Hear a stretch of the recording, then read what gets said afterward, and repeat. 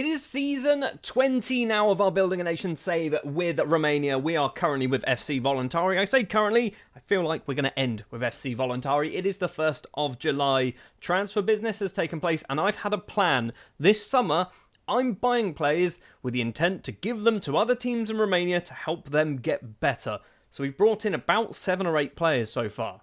Okay, it's 6 players, but we brought in 6 players, all of them on free transfers, all of them from various nations around Europe for the most part. Leo James is first up, an English right back and right winger signed from Tottenham on loan. He's not going to play for us at all. I've stuck him on the development list and hopefully he goes somewhere on loan by the end of the transfer window. Next up is Jan Juvenetti, might be his name, or it could be Jan Juvenetti, I'm not quite sure. He is a 20-year-old Spanish central midfielder signed from Villarreal, once again stuck on the loan list, and he is wanted by a few teams in Romania, which is perfect because he's not good enough to play for us, but he should be good enough to play for them. Another English player to sign is Paul Chambers, 19 years of age, English central midfielder, signed from Liverpool on the loan list, and he is wanted by a few teams once again in Romania. Next up is Argyris Kiagias, might be his name, a Greek central defender with 4 caps to his name, actually already playing in Romania for FC Hermannstad, although I'm not sure if he was on loan. He was on loan. We brought him in on a free transfer after he got released from AEK. I don't know whether I want to loan this guy out, because I think he's kind of good enough to maybe sit on the bench for us a few times. Let's see how things go throughout the summer. If we bring in some more centre-backs, maybe this guy can go back out on loan. Hermannstad will be a great place to go because we know he's going to get 35 games there. We're not done with English players. Matt Painter is next up, 21 years of age, striker and winger, signed from Watford on a free transfer. Stuck on the loan list and he's wanted by 4 different teams in Romania once again. And another player signed from England, but this time it's an Austrian left-back called Ali Erenkaya, 23 years of age, 19 caps. He's been brought in more as a squad player. I might loan him out because I don't know whether he's going to get a huge amount of game time. He's on a silly amount of money really for a squad player, but 23, hopefully there's a bit of a future there for him as well. But free transfer, you can't really go wrong. And also continuing our free transfers and strengthening or hopefully strengthening other teams in Romania, this man's gone on a free to this team, Petrolo Pliozzi. I should know how to say these names. It's been 20 years. Oh, and we're not done with transfers. That's right. We've actually brought in a few more people as well that technically happened last season, end of last season. Diamanti Diarra, a 19-year-old Malian left-back and centre-back signed from Academy JMG Mali on a free transfer. He's going to be going on the loan list. Edward Lawrence, a 20-year-old Nigerian right winger and striker signed from Nasarawa United in his native Nigeria. Once again, going to go on the loan list. Arlind Mata, signed on a free transfer from FC Vardar, our feeder club. I mentioned this player last season that I might try and bring him in. We've done exactly that on a free transfer. Once again, straight on the loan list. Our most expensive signing was actually this man, George Boateng, an 18-year-old Ghanaian central midfielder, left midfielder, attacker midfielder and striker, signed from Karela FC. He's gone back out on loan to Karela FC. He's cost £245,000, but I think this player might be one with a fair amount of potential that I want to try and keep hold of if we can. Somebody who's probably going to be in and around the first team, most likely on the subs bench, is Alexander Lunin, 19 years old, Ukrainian goalkeeper signed from Kremin. I think he's hopefully one for the future. He's not cost a lot of money, just under £10,000, so that's good enough for me. And I bought a North Korean because, you know, I thought they might have somebody half decent. This was the best player I could find. Kim Chol-jin, he's 20 years of age. He's got 2 caps to his name. Yeah, he's come in for like £2,000, £1,500. We brought him in. I'm hoping he's going to go out on loan somewhere. I've got no real hopes for this guy, but, you know, he's from North Korea.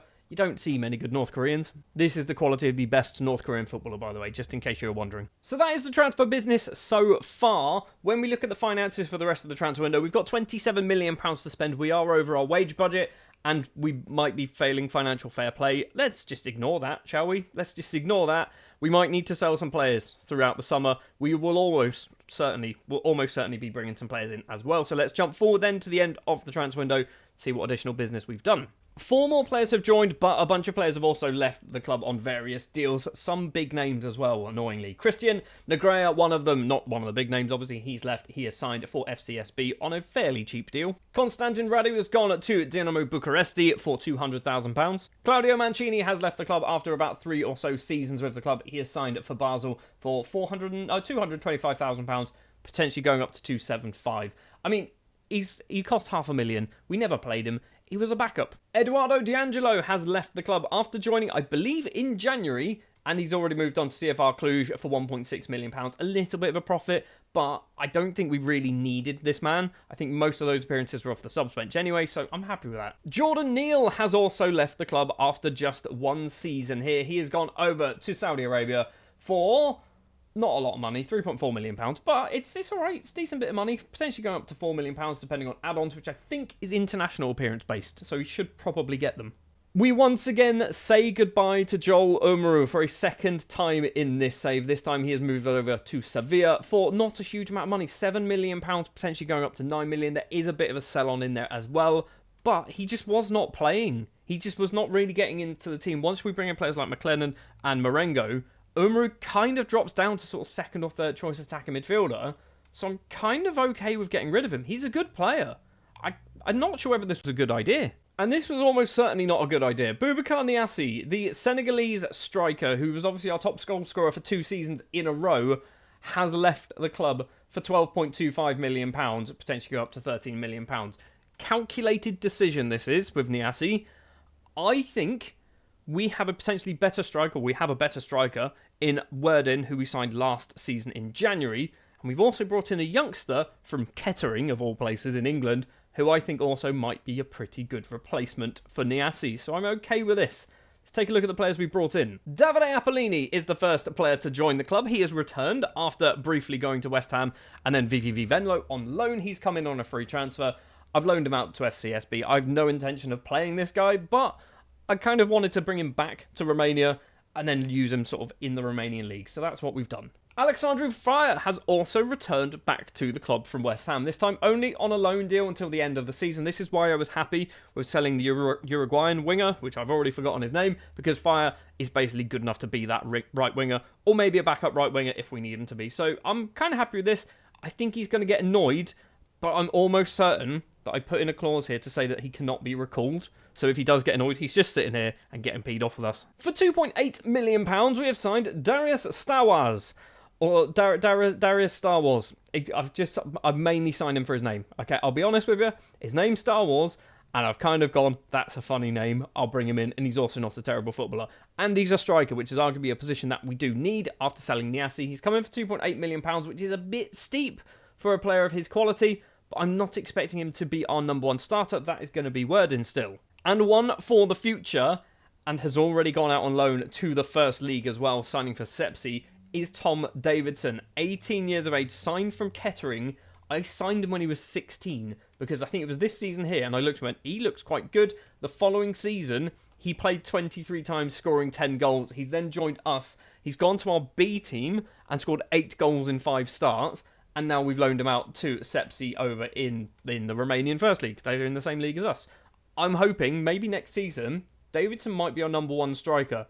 We do still have that minimum fee release in Werden, which could be a problem. Very briefly as well, looking at the loan deals, we have got rid of a lot of players on loans to top division clubs. Lopi's gone on loan to Bucharesti. Cluj have managed to pick up Aaron Kaya, and Carascu might be his name. Mendes has gone to Bucharest as well. Kiagas has gone to Arad. Cluj have also picked up Mendy. Peter Meyer has gone to Craiova. Apollini, we know. Leo James has gone to Sepsi. Tom Davidson also to Sepsi. Matt Paint has gone to Arad. Daktu's gone to Rapid. Baba and Doi to Petrol Pliotzi. We've loaned out a whole bunch of people. Is what I'm trying to say here is we have hopefully strengthened the Romanian league with a lot of these loan deals, and it's going to benefit us in the long run as well. For example, Paul Chambers, he's gone to a team who aren't in Europe, but if he goes there, plays some football, gets better, comes back to us, we might be able to sell him on for a bit of profit, or we could just keep him at Farrell Costanza and they've turned into a slightly better side.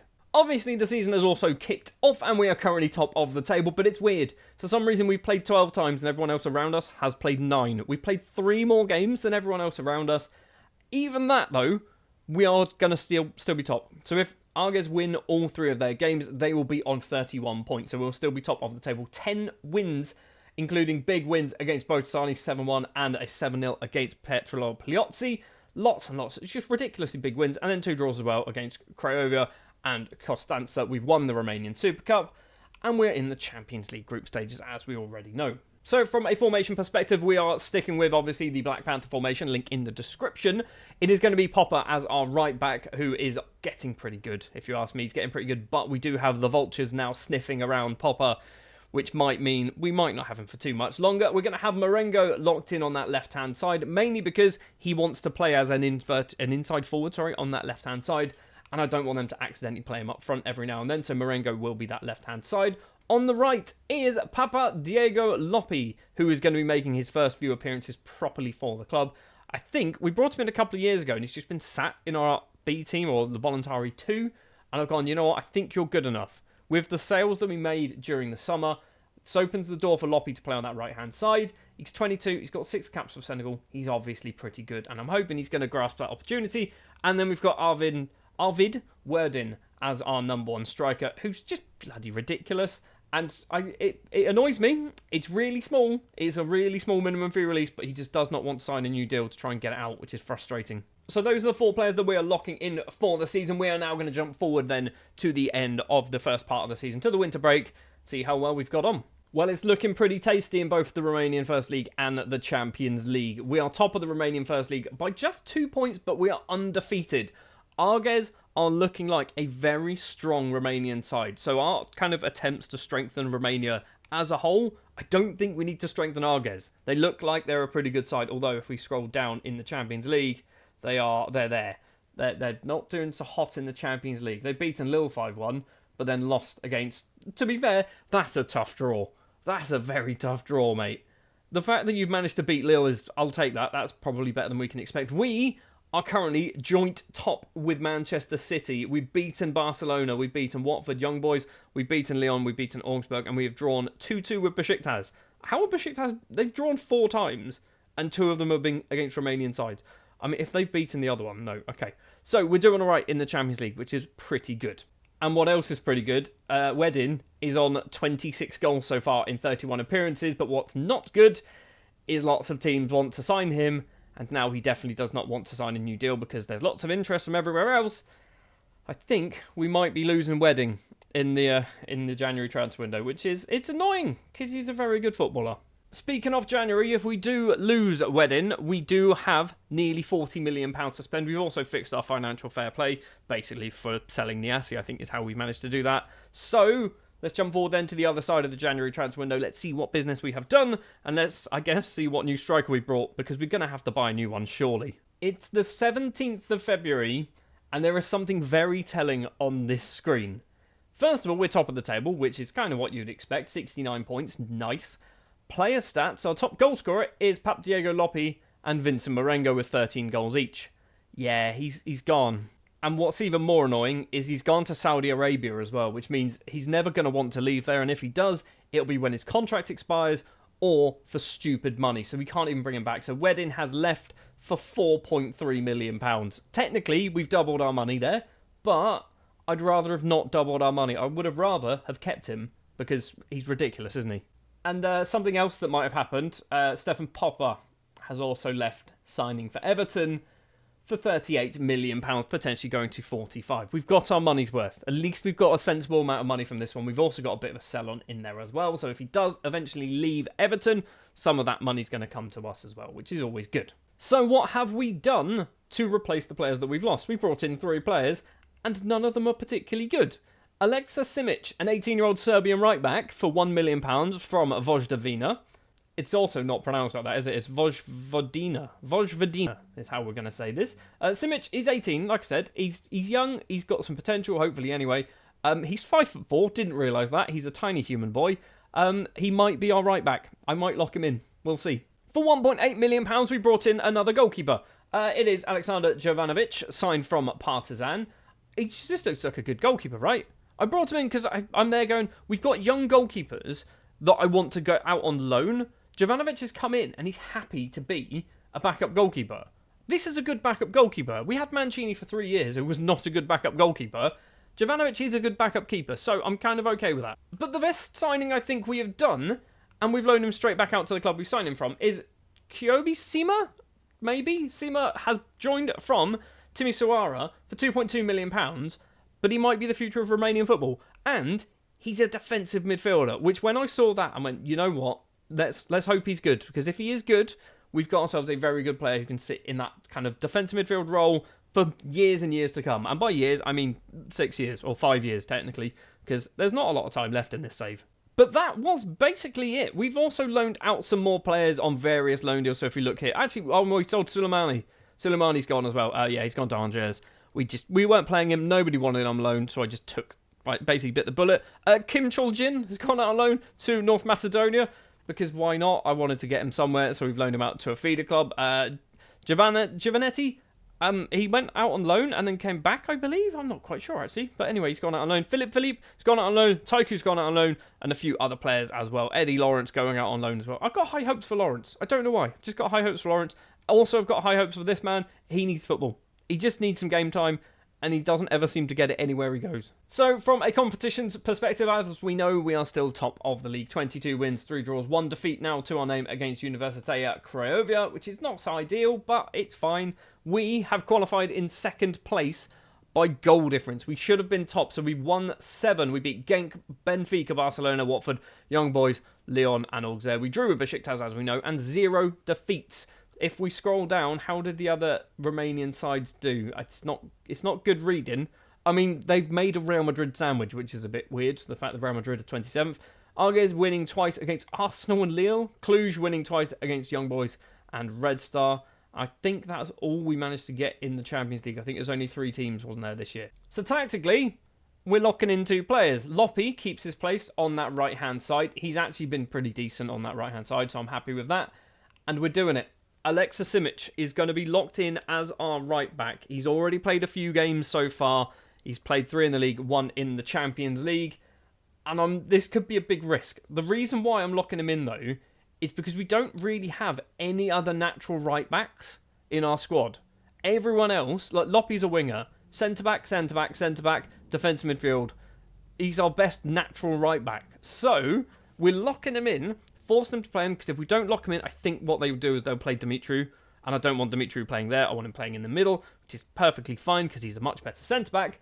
We're playing a 5'4", 18-year-old Serbian as our right back for the rest of the season. I feel like it's not going to end well, is it? I'm also intrigued to see whether he grows. Let's jump forward to the end of the regular season and see how things have gone, see how Simic has done, and maybe he's 5'5". Nope, he's still 5'4" on the 11th of March, which is fair. To grow an inch in the space of less than a month or just over a month is probably asking too much for an 18-year-old. He's played a few more games. He's got 4 assists now, 2 more Champions League games as well. We managed to finish top of the regular season table on 79 points, meaning that when we go into the Champions playoff, we are top by just 3 points, but it's fine. We're still top. I don't really have too many concerns about us winning the league. We should be good enough. It's only us and Arges really in this fight. If we can beat Arges once, that's basically game over for them. In the Champions League, we obviously did not go into the knockout playoff round. We went straight into the round of 16, where we get knocked out by Inter Milan. It's not fun, is it? It's not fun. We lose both matches 2-1, which is arguably terrible for us because Italy are the team that we are trying to beat in the coefficients, and they've literally just doubled us there. They've doubled us. That's actually awful. I also haven't seen the Romanian sides in other competitions, and it's not looking good, is it? Dynamo Bucharest did manage to win a couple of games, draw a couple, but they do get knocked out, losing to Empoli. Not what we want. FCSB beat AEK, couple of draws, and then didn't lose to any Italian sides. And then Cluj managed to beat Salzburg, Anderlecht, and HJK, draws with Bodo Glimt and Dinamo, and then defeats against no Italian sides. I mean, it's not good reading, is it? And then in the knockout playoff round, they lose to Juventus. I mean, they beat Juve and then lost to Juve. They got knocked out by Juve. It's not gone well. Empoli get through as well. I think we might be dropping down. In the Europa Conference League. I mean, there's no Romanian side, sorry. There's no Romanian sides there. Where have they finished? Did we get... There are no Romanian sides? Did they not qualify? Oh, that's bad. So they would have had to go through some qualifying rounds, right? And they didn't qualify. Where are they? Who was it? Who do we blame? I'm genuinely trying to find a Romanian flag in this just list of flags. I don't think I'm going to find it. But definitely somebody from Romania was in this competition and got knocked out at a stupidly early phase. And it's annoying me because that's definitely not helped us at all. Well, with that somewhat disappointing news then about the Champions League and Italy doing well, we now jump to the end of the season. where winning the treble's fine. Winning the treble just sounds like something we should be doing at this point, so let's find out if we have. Yes, good. Right, we have won the treble, which is always good news, which I'm not sure how many times we won the treble now. I can take a look in a second, but we have won the league by a total of 6 points. 0 defeat. Arges dropping down, which means we beat Arges once, and that basically was enough to do it for us. We didn't beat Cluj. We drew with Cluj twice. Fair enough. But we are champions once again, treble winners, and we are basically...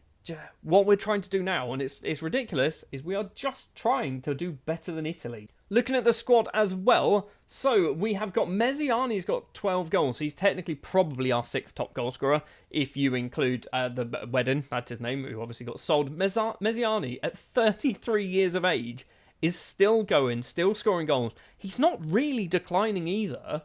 I really want him to become a coach, but I don't think, he's got no plans, no short-term plans, no long-term plans. He's just quite happy playing football at 33, soon to be 34, still banging goals. He's got a year left on his contract.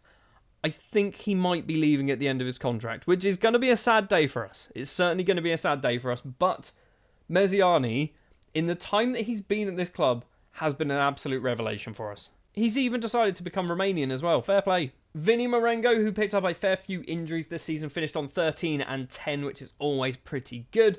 Star Wars getting 14 goals, starting 20 appearances as well. That's probably too many. McLennan getting 15 goals in the league, 21 in all competitions, 17 assists as well. McLennan's done very well.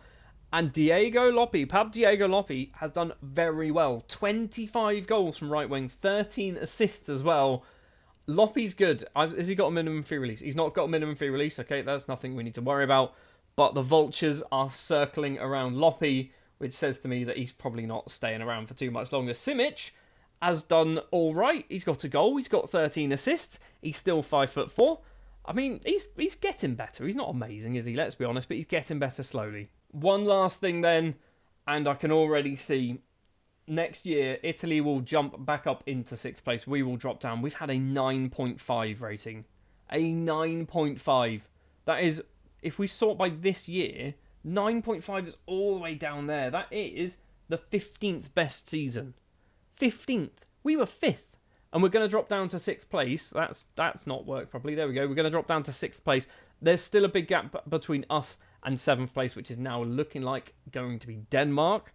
So I don't have too many concerns about us dropping below 6th.